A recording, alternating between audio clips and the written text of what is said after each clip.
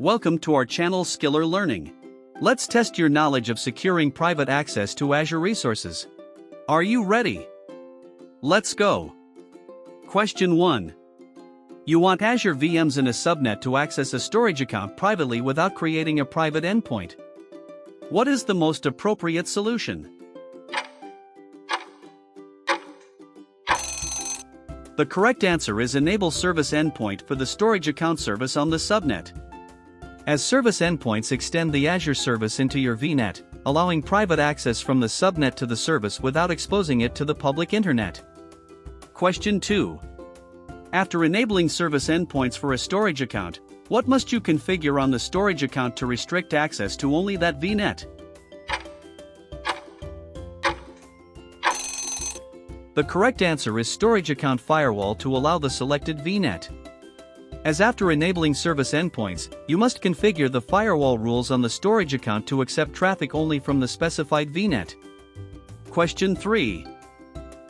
What DNS configuration is required for resources to resolve a storage account's private endpoint? The correct answer is use Azure-provided DNS or configure a private DNS zone linked to the VNet. As private endpoints require DNS resolution to the private IP. This is done via Azure DNS or a private DNS zone linked to the VNet. Question 4. What happens to the public endpoint of a resource when you create a private endpoint for it? The correct answer is the public endpoint remains accessible unless explicitly disabled. As creating a private endpoint does not disable the public endpoint, you must configure firewall rules to restrict public access. Question 5. Your storage account has both public and private endpoints configured. How can you ensure all traffic uses the private endpoint? The correct answer is restrict storage account firewall rules to only private endpoint IPs. As you must restrict firewall rules to only allow traffic from the private endpoint. Question 6. What is a key use case of creating a private link service?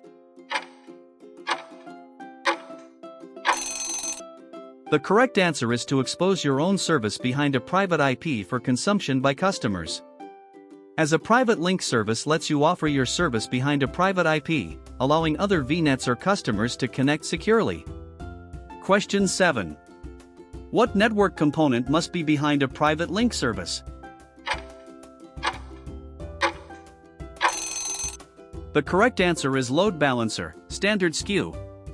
As a standard load balancer is required for a private link service to distribute traffic to your backend. Question 8. How do consumers of your private link service connect to it? The correct answer is by creating a private endpoint that maps to your private link service. As consumers create a private endpoint in their VNet that connects to your private link service. Question 9. You need an app service to access resources in a VNet without inbound VNet access to the app.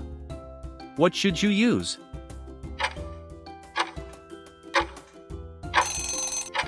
The correct answer is VNet Integration, Outbound.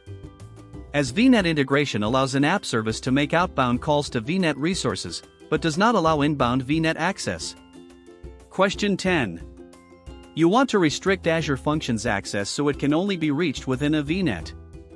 What should you configure?